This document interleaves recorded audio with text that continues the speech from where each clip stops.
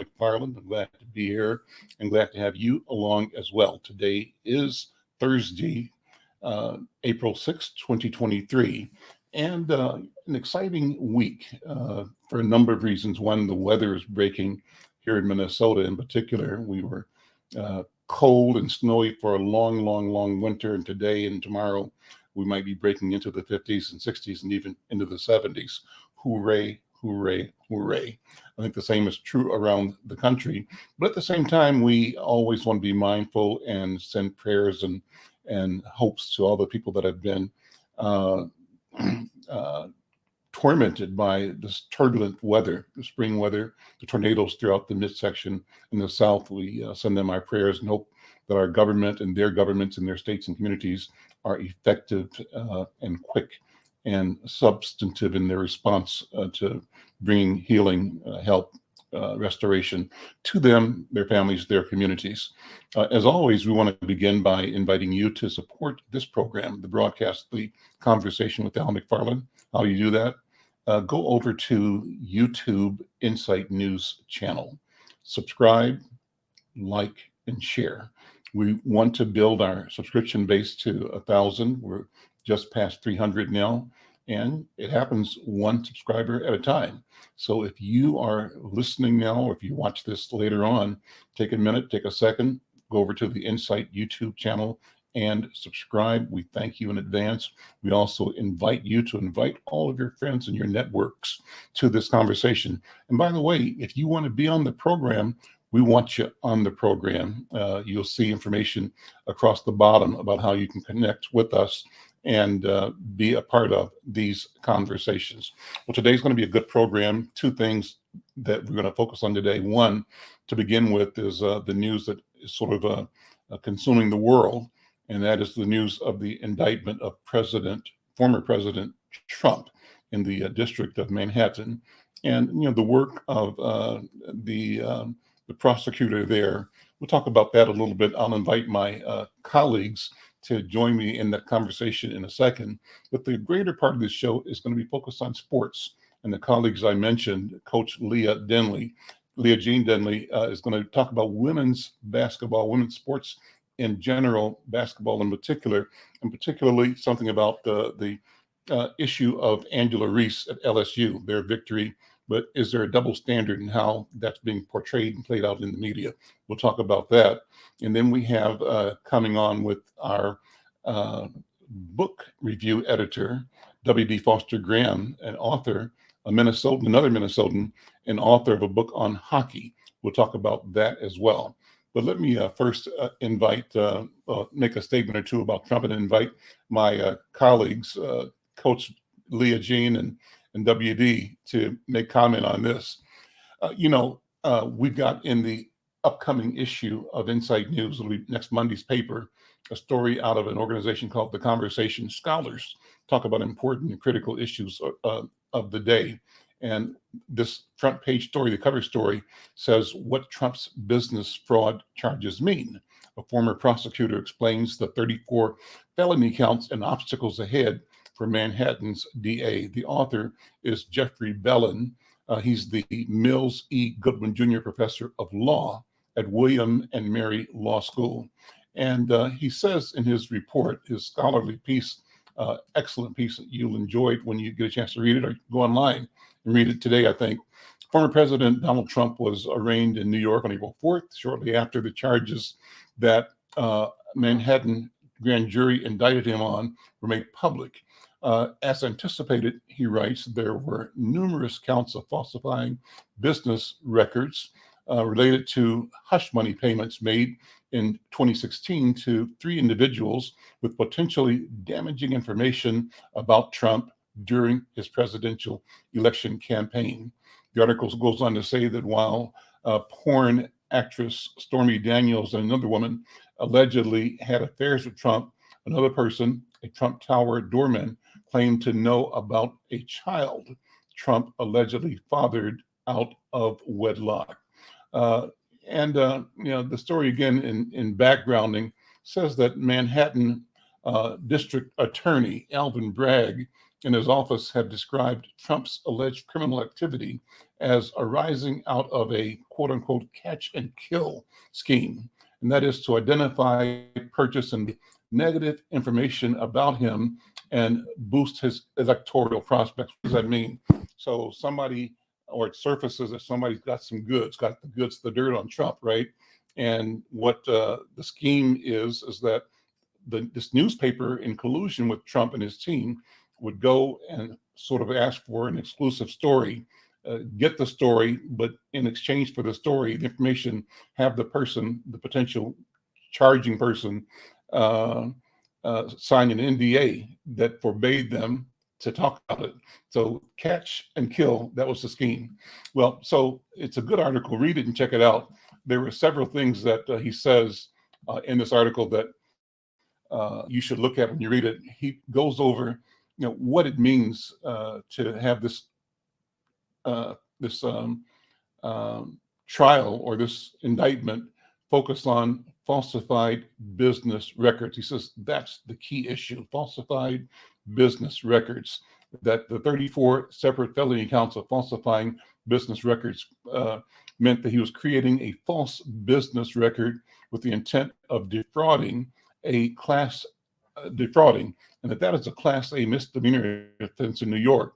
But the offense becomes a low-level Class E felony if prosecutors can prove that the false business records were created for the purpose of facilitating a second crime. So that's part one issue that he goes into. Really worth reading. The second item he says is that the attorney, the district attorney, DA Alvin Bragg, will have to prove that Trump's involvement was intentionally fraudulent, or that there was fraudulent intent. So the question is, can someone say, "Oh, this stuff happened, but I had no intent. It was kind of accidental or coincidental"? The prosecutor is going to have to prove fraudulent intent. And finally, he says that there are some other legal hurdles that the New York case will have to deal with. He says, these are complex legal questions that a trial judge and potentially an appeals court will be asked to resolve. And typical prosecutions, for example, a murder trial or one involving drug dealing or insider trading, fall into familiar patterns that allow prosecutors and judges and commentators to follow some basic blueprint. But there does not appear to be a familiar blueprint for this case, where a false business record was generated in the organization's records in furtherance of an alleged campaign or in furtherance of an alleged campaign finance violation. And he says that doesn't necessarily mean that this is a bad case for prosecution, but it does mean that Trump's lawyers will have ample opportunity to launch legal challenges. Well, a good story. It's in the upcoming edition, Monday's edition of Insight News, but it's available today, I believe, at insightnews.com. Let me bring in my colleagues, Coach Leah Jean and W.D. Foster Graham, just to see what's happening in your world. You consider it'd be good to see you. Welcome. Let me ask all of you, what is the impact on your news consumption and your dinner table conversation about what's happening with the former president? Coach Leah, let me go to you first. I will tell you, I am just trying to get my wits about me and get my legs back under me after just a whirlwind weekend of sports. And I know it's Thursday, but I will tell you, I've been just only been able to get snippets of what's going on with the former president, Donald Trump. I was able to watch some footage of the newscasters talking about how kind of annoyed that they were. They didn't use that word, that Donald Trump wouldn't have done some of the things that he did to not garner so much attention, because it caused for Secret Service to have to do more. It just, he just wants to always be the center of attention. I think the word cannot get out of the spotlight, or the thought of can't get out of the spotlight is what's going on with Donald Trump. You know, he's wanting to be considered like a martyr at this point, which is ridiculous. But you know, I thought it was very interesting that was the take that the newscasters were talking about, in saying that, you know, that just kind of was annoying. And also, it was interesting that there weren't as much public people just out, you know, just wanting to see the spectacle. The who were out there were other journalists, but as far as like the general public, Mhm. I don't know, he's not getting the kind of support from just people as he thought he might get.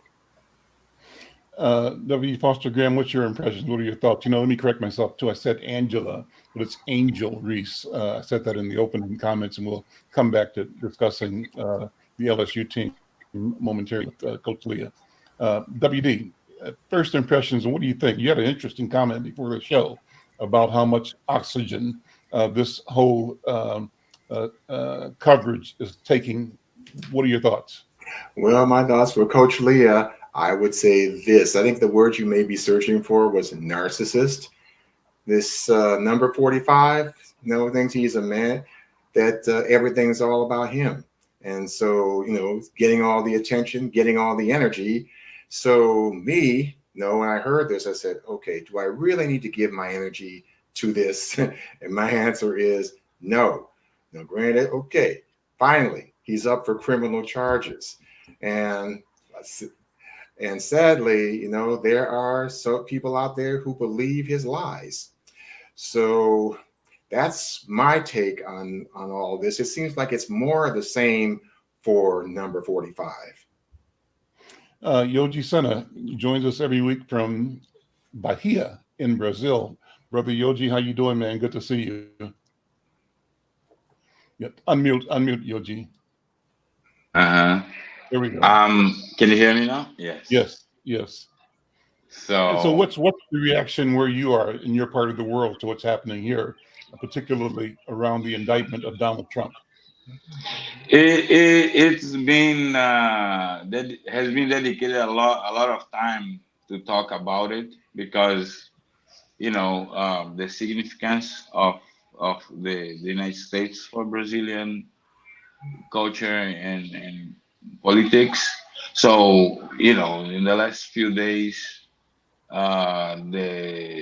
that's what they've been talking about, along with again, these similarities with the troubles that Bolsonaro are having here, is almost kind of showing him, Bolsonaro, what's gonna happen to him. We hope to be uh, faster than Trump, but it is the stuff. It's sad, all the attention that this energy that's gonna be given back to him, but at the same time represent some kind of hope that, okay, I think the impunity is gonna end, and so truth might prevail, and justice, because himself is a particular case that he just disrespect every norms, um, and get away with everything. So people are paying attention, and also, I'm sure, paying attention how to deal with Bolsonaro here, because they're happening almost at the same time. So one Do a little bit of feeding into. refresher. Do a little bit of refresher. Bolsonaro lost his bid to become returned to president, defeated by Lula, right? And Bolsonaro left the country and took up residence in Miami for 3 or 4 months almost, and then just returned to Brazil. And the question is, are there going to be litigation or charges brought against him? And is what's happening to Trump now likely going to happen to him in Brazil? Is that a fair Yesterday he comment? was at the federal police here, which is the Brazilian FBI, giving, you know, he was asked to come to answer questions that they have. So he's part already of judicial process against him, several. So again, it's similar cases, similar issues, because there is the case that he stole supposedly this um, gift that Saudi Arabia gave to him in the millions of dollars, like in the millions, all this jewelry that he didn't declare, he want to keep to himself. But Trump, and sadly, since you mentioned yesterday, there was a school killing here in Brazil with babies. That is really has hurt the nation. It's been declared 3 days of awake, and Lula cried, and those were babies, and again, somebody who was associated with the extreme right and fueled by those ideas of, arming themselves or having this totally um, disrespectful attitudes towards who else has a different political view. This intolerance, how has increased all this. But this has been impacting in Brazil. The story is that a person got into a schoolyard, a school compound, and murdered, I think, 4 children, by knife. So it was a gruesome crime committed. And the uncanniness is that we were talking about Nashville here last week, and still that set of murders, and the same thing is happening in Brazil. And so that's kind of the parallel. And in both cases, they not only represent, human beings that have failed and are operating in ways that are negative and almost, you could say, evil, but in both cases, there's a political undercurrent, a political environment, ecosystem that both nurtures and allows this aberrant behavior to come forth. And at least here, there's a resistance of our government, the Republicans in particular, the far right, to look at the question of guns and gun violence and violence that is in part connected to this new right-wing emergence in our society. Well, let me move on. Thank you, Yoji. Let me come back to, and thank you, WD. Let me focus now on Coach Leah Jean. Coach, let's talk about women's basketball. You've been, and basketball in general, you've been focusing and working on the Final Four. Give me an update. What's on your mind, what you've been doing, and what you want to tell the world. Well, first of all, thanks again for inviting me to come hang out with you this afternoon. And one of the main reasons that we were at the Women's Final Four is we partnered with the WNBA and the Black Sports Professionals to have our Tall Girls United Conference in Dallas. And so my partner in crime and co-founder Sylvia Crawley-Spann, who played on one of the only 3 teams that were number 3 seeds to play in the tournament that would win a national championship. So she and I formed this initiative and decided that we would have our conference in Dallas. And it was a huge success. We can talk more about that at another time. But I was really also honored to serve as a media there. And between everything else, had a chance to get on press row and just watch from my perch there. And I will tell you, on Friday night, the wind was just taken out of me with South Carolina losing. I just cannot even try to mask that in any way whatsoever.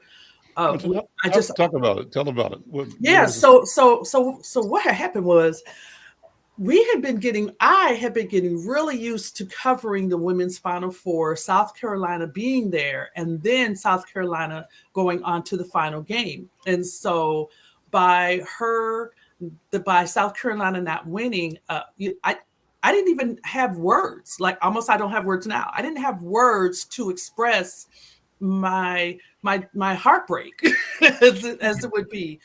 The opportunity for Dawn to win, Dawn and her team to win another national championship. I'm really, really grateful that she was actually voted in as coach of the year. So, which is an honor she absolutely hands down deserved. But I did not go to the post game press conference. I just couldn't bring myself to get in that room and be in that space with those other reporters. I just could not. And I regret it now because, Dawn said some very profound things that would be foretelling for the championship game and everything that's happening now, especially the media in regards to Angel Reese and the double standard and how media is covering this and all of that stuff. And Dawn's statements during her post-game press conference, again, foretold basically what is happening now. Well, so let's talk about that incident. Talk about Angel Reese and why she is so the center of attention nationally in women's basketball, and what created the flap. Describe it for somebody that might not have been watching it. So, Angel Reese, her nickname is the Bayou Barbie.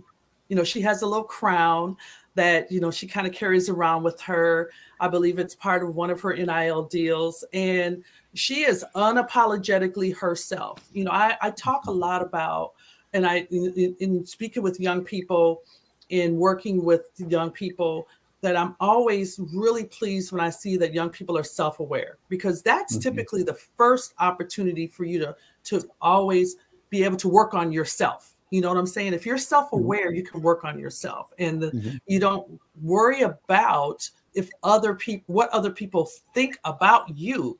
You're just trying to always bring forth your best self. Okay, so I'm a huge fan of that. I've always been a huge fan of Angel Reese. And one of the first things she said in the press conference, the post-game press conference, is she really does not care what other people think. She wanted to make that crystal clear. She also wanted to make it crystal clear that she is not going to be put in a box. I really resonate with that because I've never wanted to be put in a box as well, because just because I played sports, that's not the only thing that I love. That's not my only passion. And so to see these younger players come up now and be unapologetic about that, and then not be told it by a coach or by a system that, oh, we don't have time for that, or that's not important. Some of the things that I heard back in the day, is controversial as Kim Mulkey is, and as with mixed emotions that I have for what Kim Mulkey does for her players. I have mixed emotions about that. What do you mean? Really Explain that. Explain that. Supports her players. She supports this crew of players, hands down. Okay, great.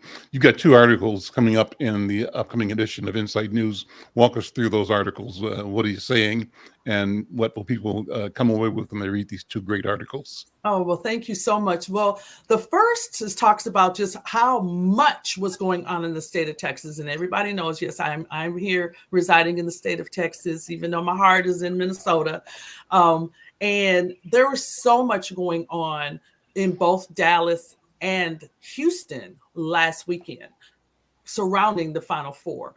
And so starting with Dallas, not only was the Division I Final Four played in Dallas, but also the Division II and Division III Final Fours were played, which I think is tremendous. I feel like the NCAA is really on to something. I believe they're only doing this every other year, but if they were smart, they would be doing this every year. Everybody wins, because now you'll be able to get the biggest bang for the buck. You get your top reporters being able to cover, maybe some of the lower divisions and some really cool stories that come out of the Division II and Division III games. For instance, I took time to cover Minnesota, the University of Minnesota of Duluth play the Division II championship game that they were able to play in. They didn't do so well, but the fact that they got there is huge, and it was well covered. And so, I wouldn't have been, in my opinion, wouldn't have been so well covered had it not been in Dallas with the Division I championship as well, right? So kudos to UMD. One of our former Diamonds, Tanisha Scott, is an alum of UMD, and so that was another reason I wanted to make sure that I covered that game. They just could not put the ball in the basket, y'all. They had a tremendous season, but they just would not be able to succumb the defense of that was put on them during that championship game. But so you had a lot of other ancillary events. The WNBA had some private parties. Some of Nike had some parties. I mean, there were just all these different receptions. Our Tall Girl United events. We started with a coach's reception on Thursday night, and then on Friday we did what we called the Ultimate Brunch, which was moderated by LaChina Robinson of ESPN, and we had just a bang up panel discussion and yummy food. I mean, it was phenomenal.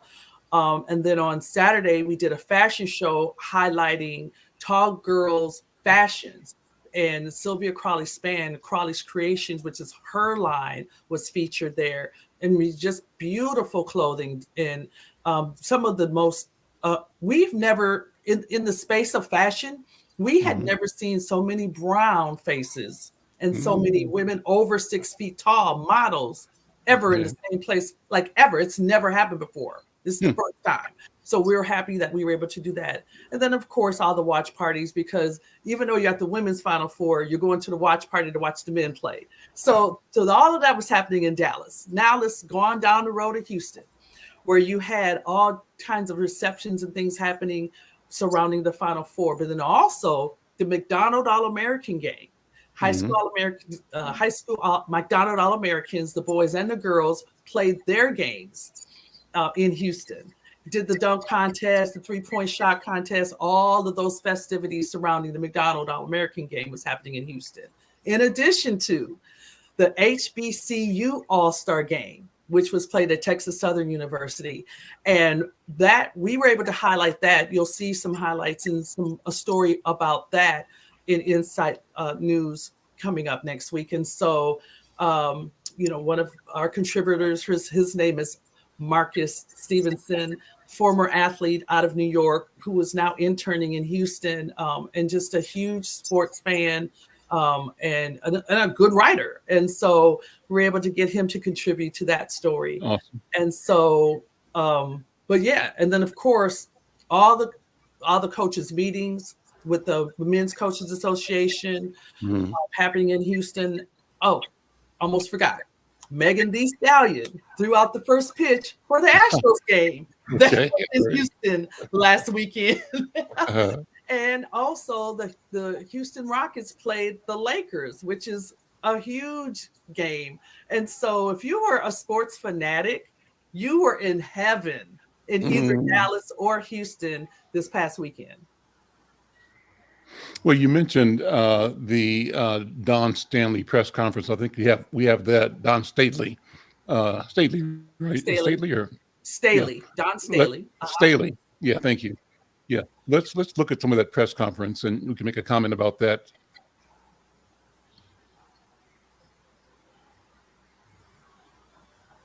Say it, whether we lost or whether we won.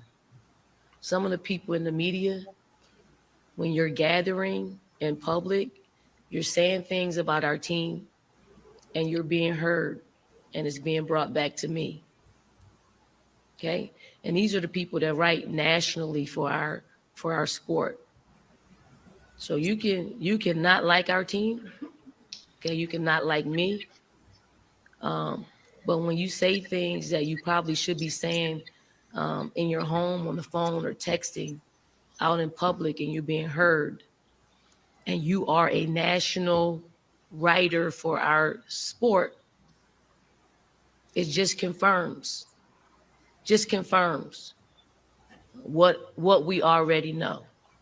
So watch what you say when you're in public and you're talking about my team in particular. Just watch what you say about our team, because it's wrong. You got young lives who are really, if you really knew them, like you really want to know other players that represent this game, you would think differently. And so, what was that about? Unpack that for me, Coach Leah. And I think it's in reference to this whole thing of a double standard, right? And that sort of also, though it wasn't directly associated with the issue of Angel Reese, I believe there's a connection there. So, unpack that for me. So, from a former coach's standpoint, which is why I love having multiple perspectives in my role as a sports person, as a sports journalist, to be able to put the hat on as a coach, put the hat on as a player, put the hat on as a mother. It's one of those things where you don't want to have the good work that you are putting in to affect the lives of these young people to be tarnished by a person's perspective that doesn't have a clue. Point blank. Period. What particularly was she talking about? Let me explain that. When I'm in the rooms, I feel like maybe 5% of the people that are covering sports, especially women's sports, ever played at that level, and just honestly are just trying to find ways to sensationalize a situation, not realizing the effects that it has, and then don't realize how unfair the perceptions that may be put out there because there's a power in the pen, right? Mm-hmm. And so by not being responsible, being held, and then also not being held accountable for the things that you're writing, the things that you're saying, it's just such a detriment to the sport, especially when we're trying to grow the sport, when we're working so hard to show that, especially on women's basketball, if you're a lover of if you're a purist of basketball, you love the women's game, period.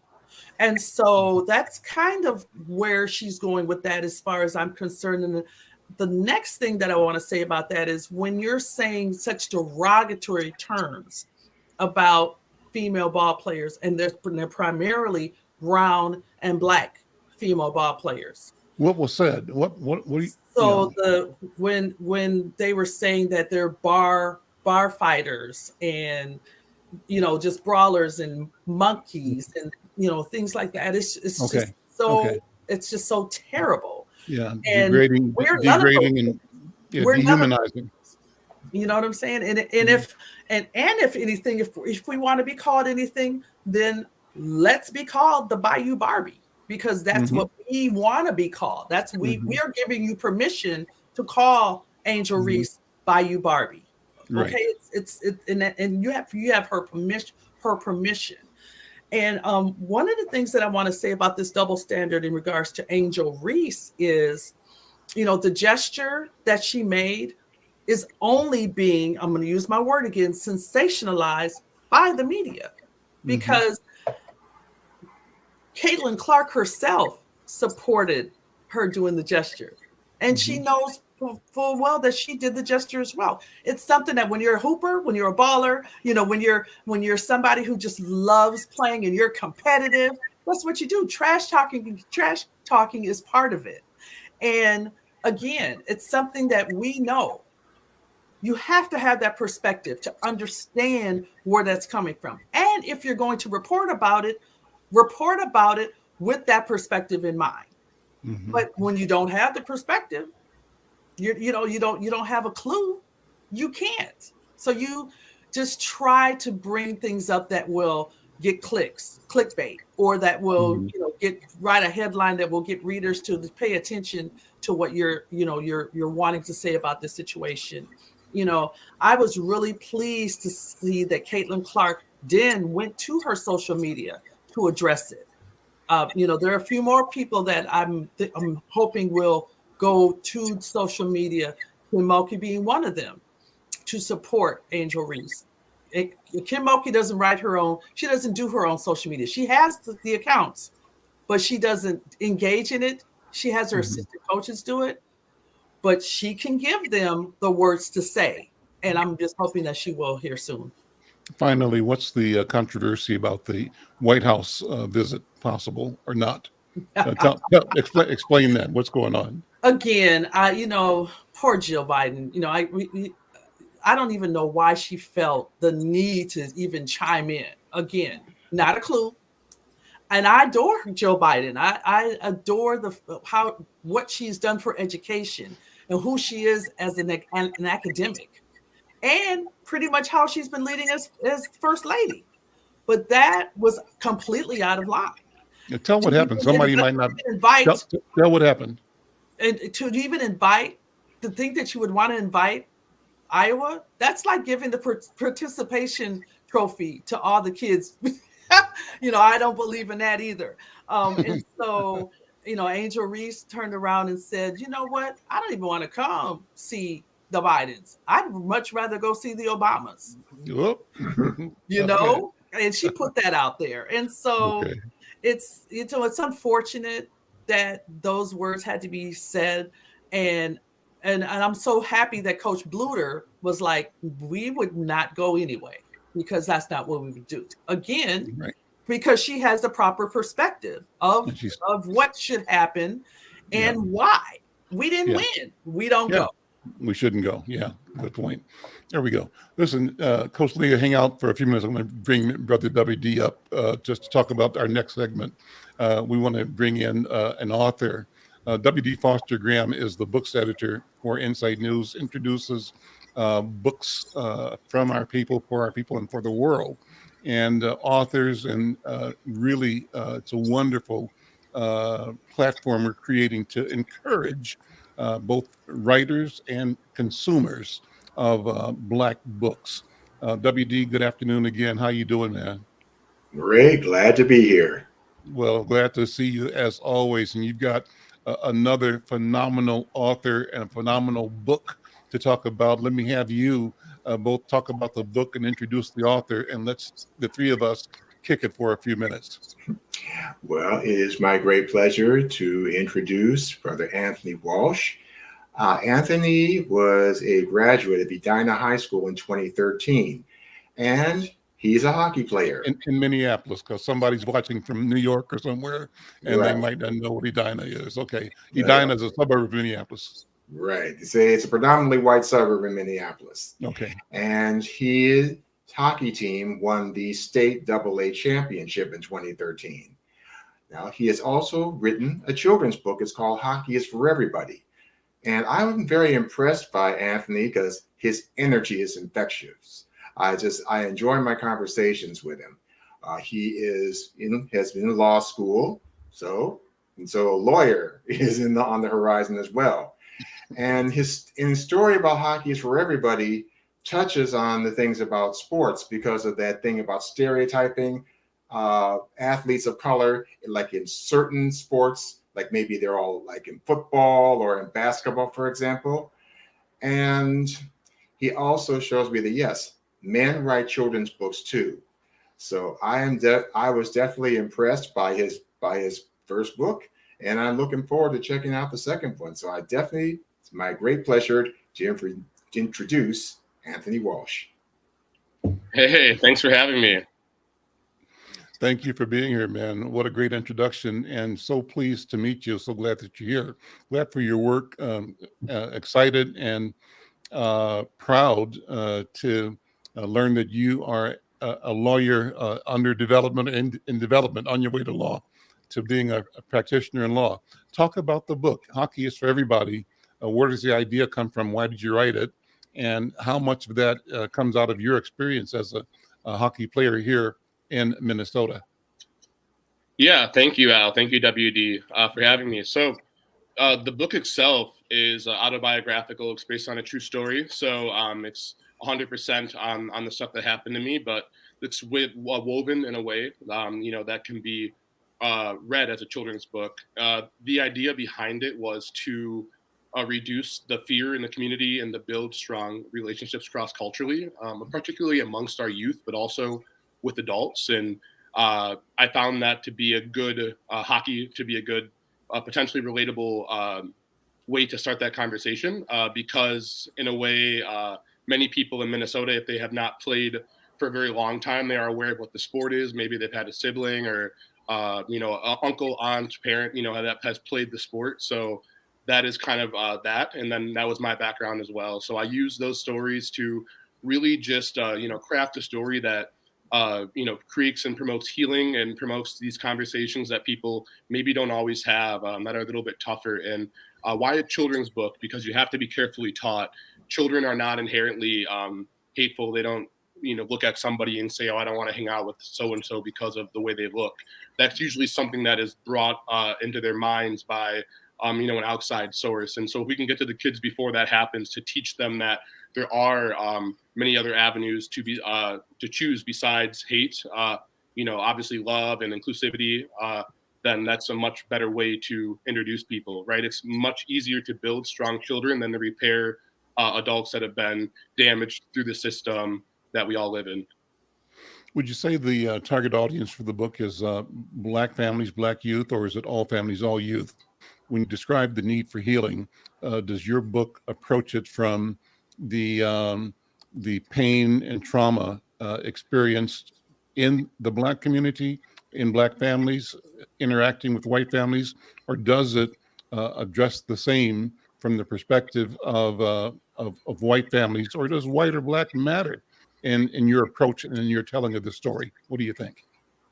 I'm telling it from my perspective. I'm a Black man, so I believe that that's obviously probably the way that's being told. But I think it's not for Black families, for white families. It's for all families, for non-hockey families, just for individuals in general. This is a kind of again a story about love, inclusivity. It's about showing us that we're more alike than we are different, and that's really the idea behind everything that we're doing here. And I kind of again, I'm the idea of black and white, right? Like I think people think maybe hockey is a white sport, but I am again a product of that. There's other people that have people of color that are playing. We are far and few in between, and that's why somebody like me doing what I'm doing. There's other people as well that are speaking out to try and break down those barriers and get people to want to play is really important. So it's from the perspective of a young Black kid going through what I went through. So people saying very unfortunate things to me, like I didn't belong on the ice, go eat bananas,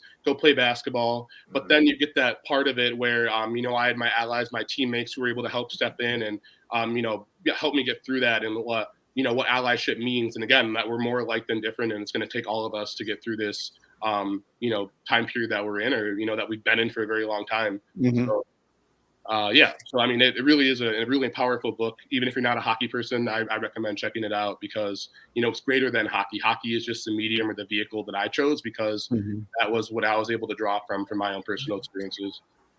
Let me have you share more of your personal experiences and how you came to hockey, why you chose that and not basketball or not baseball or not swimming. How did hockey emerge as a choice and an opportunity for you? And how did you discover your ability to excel and to shine and to grow and stand in that profession the way you have? Yeah, that's a really great question now.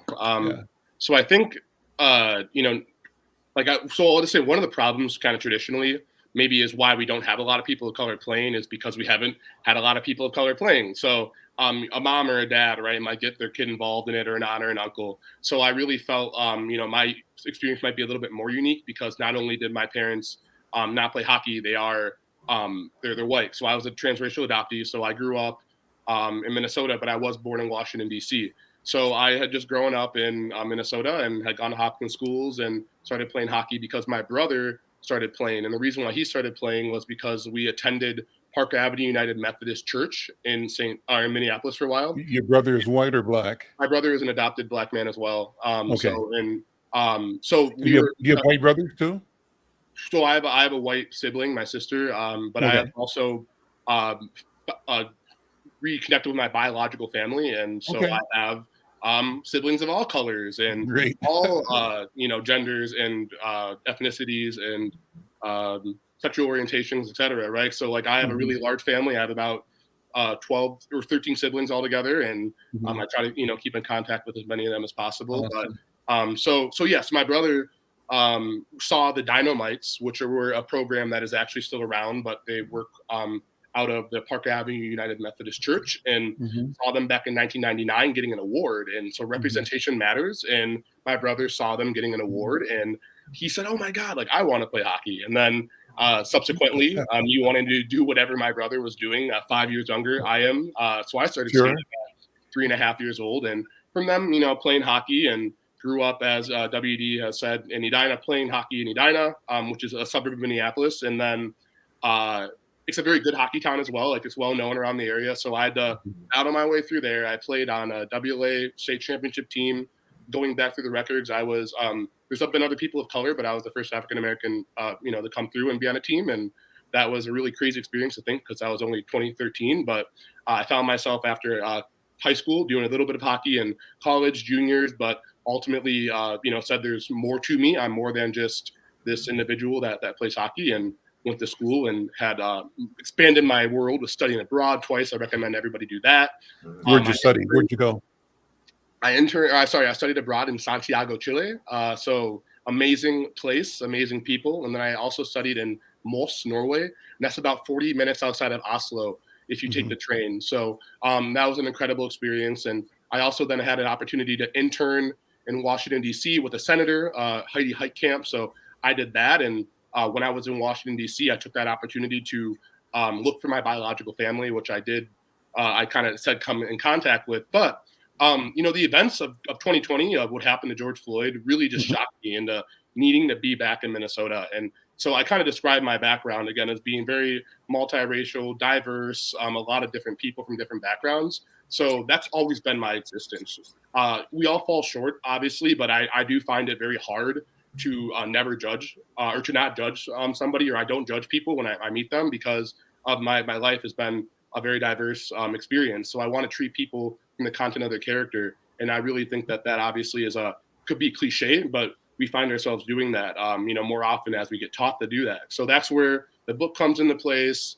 Having my experience be one that could be told, my platform, my background, being able to have that kind of visibility maybe that other people wouldn't have, and just kind of taking that moment to say, you know what, it's time for change. It's time to, stop stem the fear and the violence that was happening, and to really see a way forward. And the way I see forward is through togetherness, through potentially youth sports or youth group building activities that bring kids together, and they have a challenge and they're working towards something that together that they ultimately achieve, or maybe they don't achieve. But those kind of things really teach you, how to be a good person even once you're done with sports. So that's really what it's all about. And I continue to, I will do this once I'm done at Mitchell Hamlin School of Law in about less than 2 months now. So I'm just really excited again, just for everything. And I really have high expectations for this next generation. I go into a lot of schools, and,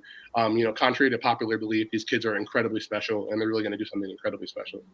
Let's put the book cover up again and invite people to go find the book, to buy it, support this author and his first book, right? This is your first book? Yeah, this is my first book, and I'm sure it's not the last. I'm sure. More to come. I think there's more in the hockey space, and then I also want to create some in the adoption space for people to really be more comfortable. So that'd be maybe a whole nother topic and conversation at another time. But there is I'm just so impressed that you're talking about hockey in a way that you destroy the myth that hockey is not for us, and that the ice is not for us, and that you're demonstrating by your prowess and your success the ownership of winter, ownership of the ice, ownership of the ski slopes. And as you said, there's not more of us in it because there's not more of us in it. And the way we fix that is to get more of us in it, and to have an Anthony Walsh talking about it, writing about it, living it, demonstrating it is one of the key ways to create this idea of potential and of identity in young people that can and should and will follow the path that you're creating, the light that you're shining on the opportunity, both for the physicality of the sport and the idea to excel, but also for the deeper meanings that you say so wonderfully you are experiencing in understanding humanity and your ability to show up authentic and human across many barriers in the world. I think that's wonderful. Um, Let me bring in my other guest again back in just to all take a few minutes to reflect on what you're saying. I don't know if Coach Leah is still here and if Yogi is still here, but if you guys are here, jump in and just give me feedback. Coach Leah, as an athlete, how does this sound to you? Yogi, I know when sports comes to you, it's always, I think, football. I think you told me that before, that for a Brazilian, the sport of the world is football, but the principles are the same. But Coach Leah, impressions, reactions. Just real quick, Anthony, I'm so excited for your journey as an author, and I would love to feature your book on my website. And I have a place called Coach Leah Reads, and so I'm excited about that. I do have a quick question. I'm gonna put my journalist hat on. Why did you just decide to do a children's book as opposed to just maybe either just a nonfiction or fiction book that wasn't a children's book? Thank you. A great question. And I love everything that you have said so far too, with your energy. And I would just thank you for that opportunity. So thank you so much. And yeah, I think a children's book is important for a couple of reasons, just really quick. Unfortunately, not everybody reads anymore. So like sometimes a book that might be 100 pages or more, it might scare somebody away. So I had somebody tell me one time that like, this is a great, it's almost like a magazine size. I sat down and read it in one sitting. And, that was kind of, great. That's the point. But also the beauty of a children's book is children can read, and they're reading it, of course, like, which is really great.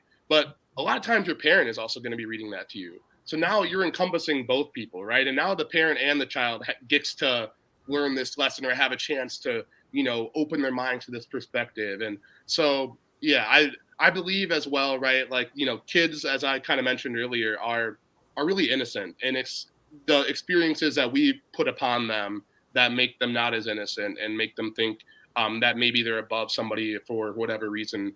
So I really think that a children's book is really positive. I've had a lot of really good reaction and feedback from it for that reason as well, where kids are a lot smarter than we give them credit for. And maybe, not in this group, but as a whole, that they understand these kind of things. And so to have a children's book, to be able to touch kids, but also adults at the same time, and a story that they can have the attention span as we all can to just sit down and read in one sitting and now take a second to maybe think about, is really those many reasons why I went with the children's book.